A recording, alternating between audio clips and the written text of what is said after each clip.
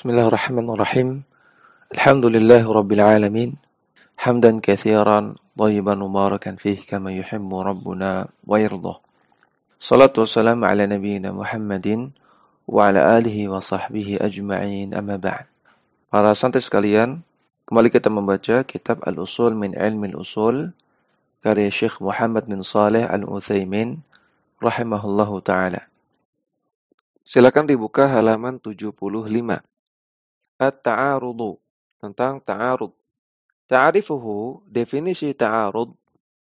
At-ta'arudu loghatan, at-taqabulu wa tamanu'u.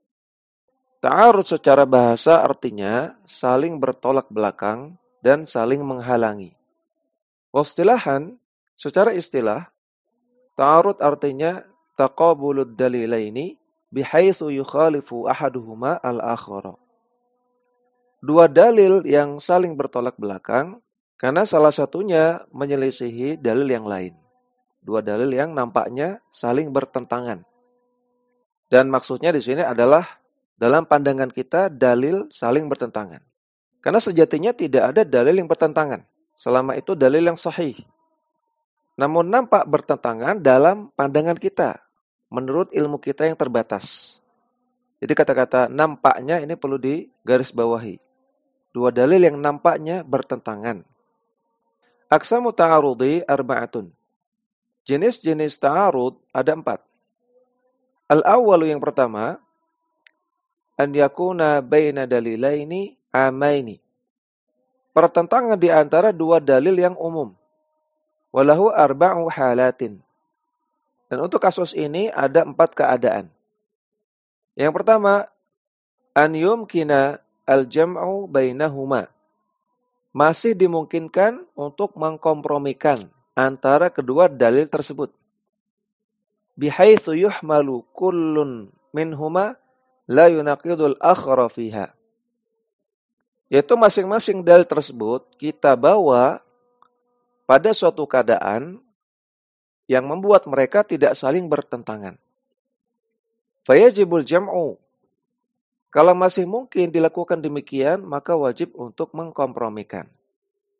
Selama masih bisa dikompromikan, maka wajib untuk dikompromikan.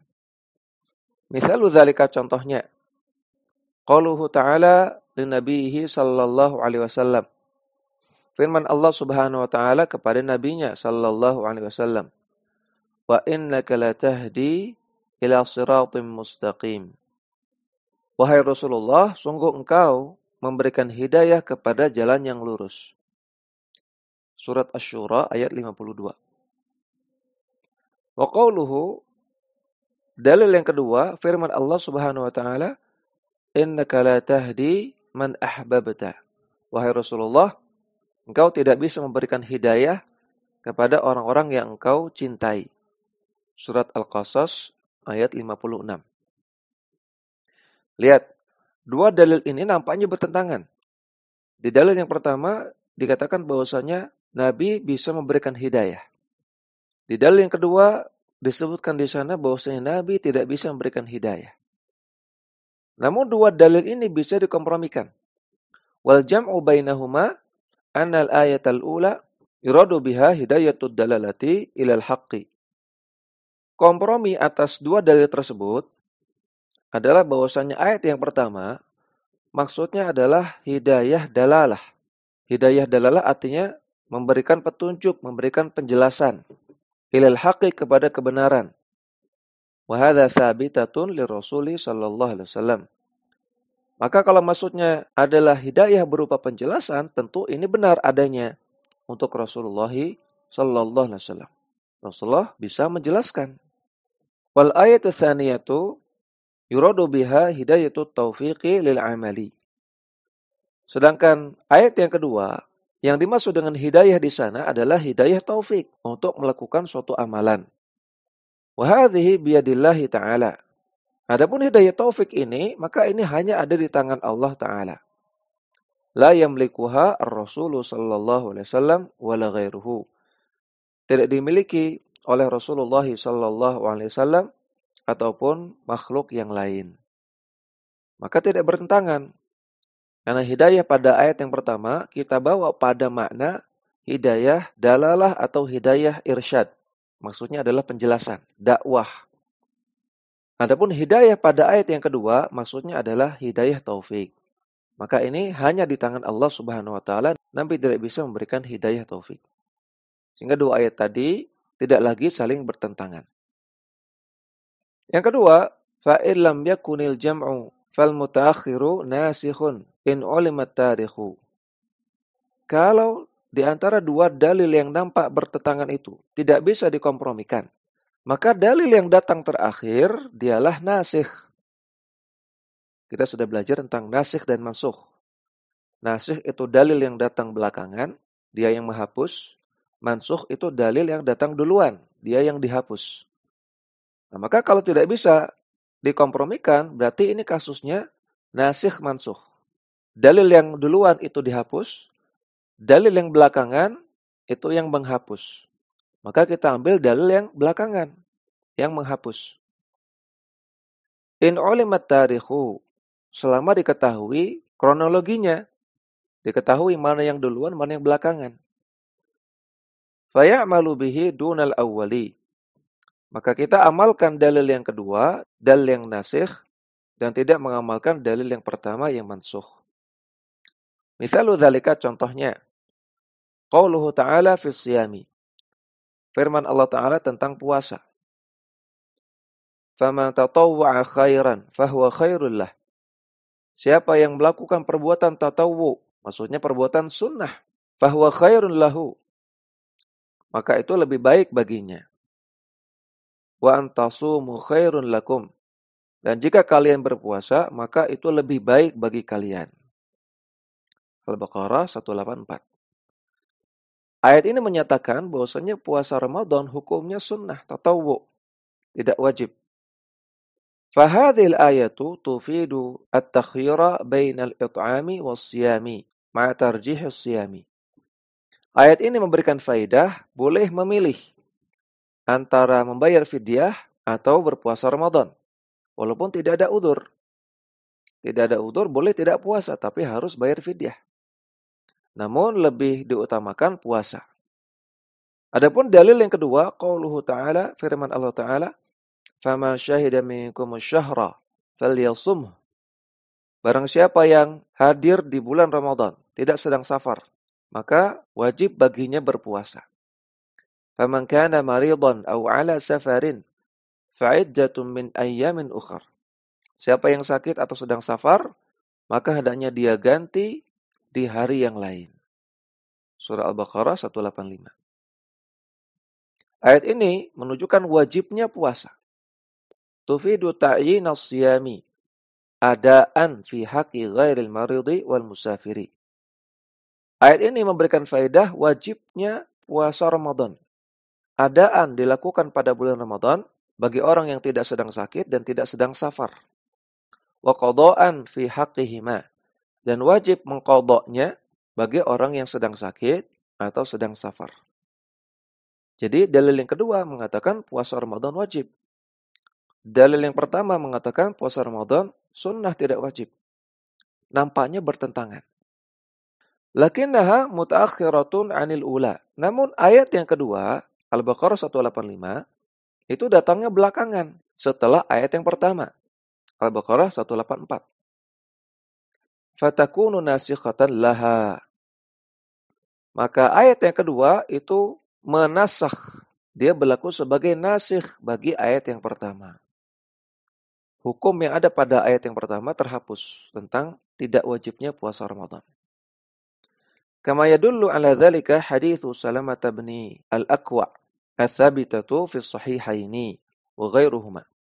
Sebagaimana ini ditunjukkan oleh hadis dari Salamah bin Al-Aqwa, hadis yang sahih terdapat dalam Sahih Bukhari Muslim dan juga hadis-hadis yang lainnya. Yang ketiga, fa in lam yu'lam at-tarikhu amala birrajihi. Jika tidak diketahui kronologis dalilnya, mana yang duluan, mana yang belakangan.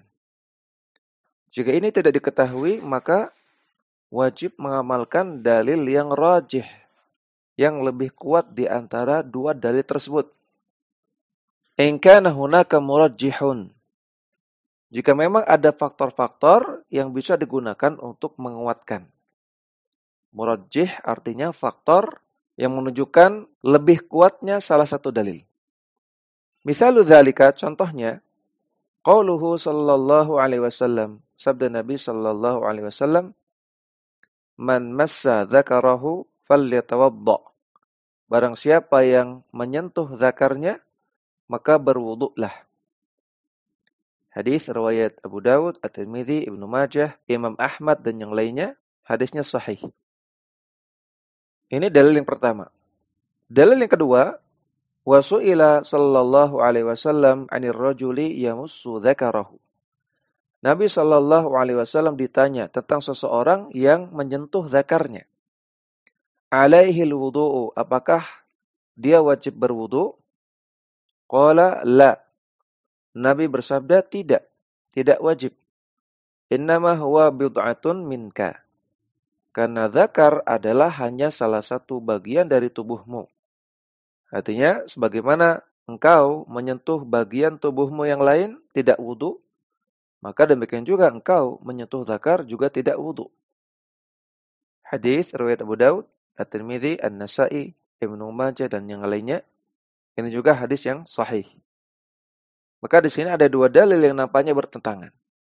Dalil yang pertama memerintahkan untuk berwudu bagi orang yang menyentuh zakar. Dalil yang kedua tidak memerintahkan untuk berwudu bagi orang yang menyentuh zakar. Dan dua dalil ini tidak diketahui kronologisnya, mana yang duluan, mana yang belakangan. Kemudian fayurajjahul awwalu. Dalil yang pertama itu lebih dikuatkan. Kenapa? Li'annahu ahwatu. Karena dalil yang pertama hukumnya lebih hati-hati. Maka ini murajjih yang pertama. Faktor penguat yang pertama. Wali'annahu aktsaru turuqan. Dan juga dalil yang pertama lebih banyak jalannya. Lebih banyak jalur periwayatannya. Ini murajjih yang kedua. Kemudian wa musahhihuhu aktsaru. Ulama yang mensahihkan hadis yang pertama lebih banyak. Ini murajjih yang ketiga. Wali'annahu naqilun 'anil asli. Dan karena hadis yang pertama menetapkan hukum yang berbeda dengan hukum asal. Hukum asalnya segala sesuatu itu suci, tidak membatalkan wudu. Namun dalam hadis yang pertama ada perintah untuk berwudu. Berarti di sini keluar dari hukum asal. Fa fihi ziyadatu ilmin. Maka dalil yang memuat hukum yang keluar dari hukum asal, di sana ada tambahan ilmu, ada tambahan informasi. Sehingga ini menjadi indikasi bahwasanya inilah yang lebih tepat. Dan ini murajjih yang keempat. Berarti ada 4 murajjih, ada 4 faktor yang menjadi indikasi bahwasanya dalil yang pertama itu lebih kuat. Maka diamalkan dalil yang pertama, yaitu orang yang menyentuh zakarnya, ia wajib berwudu. Kemudian yang keempat, fa in lam yujad murajjihun wajabat tawaqqufu. Kalau tidak terdapat murajjih, artinya dalilnya tidak bisa dikompromikan, tidak diketahui kronologisnya, dan tidak ada murajjihnya, maka wajib untuk tawakuf. Tawakuf artinya tidak menguatkan dalil yang pertama dan juga tidak menguatkan dalil yang kedua. Tidak berpendapat dulu. Sampai akhirnya nanti setelah menelaah kembali, membaca kembali, kemudian menemukan murajjih. Baru dia berpendapat. Walau yujadu lahu mithalun sahihun. Dan di sini kata penulis, untuk kasus yang keempat ini tidak terdapat contoh yang valid. Nah, ini urutan proses menghadapi dua dalil yang nampak bertentangan antara dua dalil yang umum. Kemudian al-qismu tsani, jenis yang kedua, ayyakuna ta'arudu baina khassaini. Dua dalil yang bertentangan atau nampak bertentangan adalah dua dalil yang khusus, yang spesifik. Falahu arba'u halatin aidan. Maka di sini pun ada 4 keadaan. Yang pertama, an yumkinal jam'u bainahuma wa yajibul jam'u. Jika masih dimungkinkan untuk dikompromikan antara kedua dalil tersebut. Maka wajib untuk mengkompromikan. Misaluhu, contohnya, hadithu Jabirin radhiyallahu ta'ala anhu fi sifati hajjin Nabi sallallahu alaihi wasallam. Hadis dari Jabir radhiyallahu ta'ala anhu tentang tata cara haji Nabi sallallahu alaihi wasallam. Anna Nabiyya sallallahu alaihi wasallam shalla dhuhra yauman nahri bi Makkah. Bahwasanya Nabi sallallahu alaihi wasallam salat zuhur di hari Idul Adha di Mekah. Hadis sahih riwayat Muslim. Wa hadits Ibnu Umar radhiyallahu anhuma anna Nabiyya sallallahu alaihi wasallam shallaha bi Mina. Sedangkan ada hadis yang kedua, hadis dari Abdullah bin Umar radhiyallahu taala anhuma bahwasanya Nabi sallallahu alaihi wasallam salat zuhur pada hari Idul Adha di Mina, bukan di Mekah. Hadis sahih riwayat Al-Bukhari. Fayujma'u bainahuma bi annahu shallaha bi Makkah. Maka kita kompromikan dua hadis ini dengan mengatakan bahwasanya Nabi sallallahu alaihi wasallam salat zuhur di Mekah. Walamma kharaja ila Mina a'adaha biman fiha min ashabihi. Kemudian ketika Nabi sallallahu alaihi wasallam keluar dari Mekah, ketika sampai di Mina, Nabi mengulang kembali salat zuhurnya bersama dengan para sahabat yang ada di Mina dengan niat salat nafilah, salat sunnah. Sehingga dua hadis tersebut tidak bertentangan. Kemudian yang kedua, fa in lam yumkin al-jam'u fathani nasikhun in ulima at-tarikhu. Kalau tidak memungkinkan untuk dikompromikan, maka dalil yang kedua adalah dalil yang nasikh jika diketahui kronologisnya. Ini sebagaimana sudah kita jelaskan sebelumnya. Misaluhu, contohnya, qauluhu ta'ala, firman Allah Ta'ala, Ya ayyuhan nabiyyu, inna ahlalna laka azwajaka allati ataita ujurahunna, wa ma malakat yaminuk. Wahai Nabi Muhammad sallallahu alaihi wasallam, sesungguhnya kami telah menghalalkan bagimu istri-istrimu yang telah engkau berikan maharnya dan juga hamba sahaya yang kau miliki. Mimma afa Allahu alaika wa banati ammika wa banati ammatik. Dari apa yang engkau peroleh dalam peperangan yang dianugerahkan Allah untukmu. Dan demikian pula anak-anak perempuan dari saudara laki-laki bapakmu. Dan juga anak-anak perempuan dari saudara perempuan bapakmu. Surat Al-Ahzab ayat 50. Ini dalil yang pertama. Wa qauluhu, dan juga firman Allah Subhanahu wa taala, la yahillu lakan nisa'u min ba'du. Tidak halal bagimu wahai Nabi Muhammad sallallahu alaihi wasallam menikahi perempuan-perempuan yang lain setelah itu. Wala tabaddala bihinna min azwaju walau a'jabaka husnuhun. Dan tidak boleh pula mengganti mereka dengan istri-istri yang lain meskipun kecantikannya menarik hatimu. Surat Al-Ahzab ayat 52. Perhatikan ayat yang pertama membolehkan Nabi sallallahu alaihi wasallam untuk menikahi beberapa jenis wanita. Kemudian dalil yang kedua melarang Nabi sallallahu alaihi wasallam untuk menikah lagi setelah turunnya ayat ini dan juga melarang beliau untuk menceraikan istri-istrinya yang sudah ada sekarang. Fathaniyatu nasikhatun lil ula ala ahadil aqwali. Maka ayat yang kedua itu menghapuskan hukum pada ayat yang pertama menurut salah satu pendapat. Karena ayat yang kedua datang lebih belakangan sehingga dia sebagai nasikh. Sedangkan ayat yang pertama mansukh. Kemudian yang ketiga, fa in lam yumkin an-naskhu amala birrajihi in kana hunaka murajjihun. Jika tidak mungkin dinasakh karena tidak diketahui kronologisnya, maka wajib mengamalkan yang rajih jika memang ada murajjih. Ini sama seperti penjelasan sebelumnya. Misaluhu, contohnya, haditsu Maimunata anna Nabiyya sallallahu alaihi wasallam tazawwajaha wa huwa halalun. Hadis Maimunah radhiyallahu taala anha bahwasanya Nabi sallallahu alaihi wasallam menikah dengan beliau, dengan Maimunah dalam keadaan halal. Artinya dalam keadaan sedang tidak berihram. Hadis sahih riwayat Muslim. Wa hadits Ibnu Abbasin anna Nabiy sallallahu alaihi wasallam tazawwajaha wa huwa muhrimun.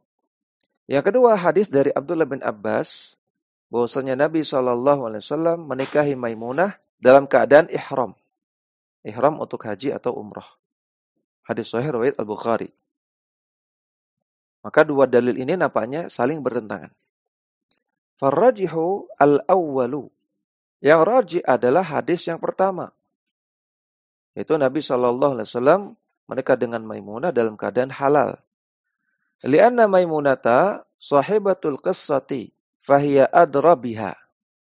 Karena Maimunah adalah orang yang terlibat dalam kisah yang disebutkan dalam hadis. Ini hadisnya bicara tentang pernikahan Nabi dengan Maimunah. Yang meriwayatkan hadis yang pertama Maimunah. Maka beliau orang yang terlibat langsung dalam hadis. Fahuwa adra bihi, maka dia lebih paham, dia lebih tahu daripada orang lain. Sedangkan hadis kedua yang meriwayatkan adalah Abdullah bin Abbas. Abdullah bin Abbas tidak ada di kejadian tersebut secara langsung. Ini murajjih yang pertama. Wali'anna hadithaha muayyadun bihadithi Abi Rafi'in radhiyallahu ta'ala anhu. Dan hadis Maimunah ini dikuatkan oleh hadis lain dari Abu Rafi' radhiyallahu ta'ala anhu, anna Nabiya sallallahu alaihi wasallam tazawwajaha wa huwa halalun. Bahwasanya Nabi sallallahu alaihi wasallam menikahi Maimunah dalam keadaan halal. Qala wa kuntur rasula bainahuma. Dan Abu Rafi mengatakan, dahulu aku adalah utusan atau penyambung komunikasi, perantara antara mereka berdua, antara Rasulullah sallallahu alaihi wasallam dan Maimunah. Hadis riwayat Ibnu Hibban, Imam Ahmad, hadisnya sahih. Maka di sini ada dua murajjih. Yang pertama, Maimunah adalah orang yang terlibat langsung dalam konten hadis. Yang kedua, dikuatkan oleh hadis lain dari Abu Rafi. Yang keempat, fa'in lam yujad murajjihun wajabat tawaqqufu. Jika tidak didapati adanya murajjih, maka wajib tawaquf. Walau yujadu lahu mithalun sahihun, dan kata penulis, tidak ada contoh yang valid untuk kasus ini.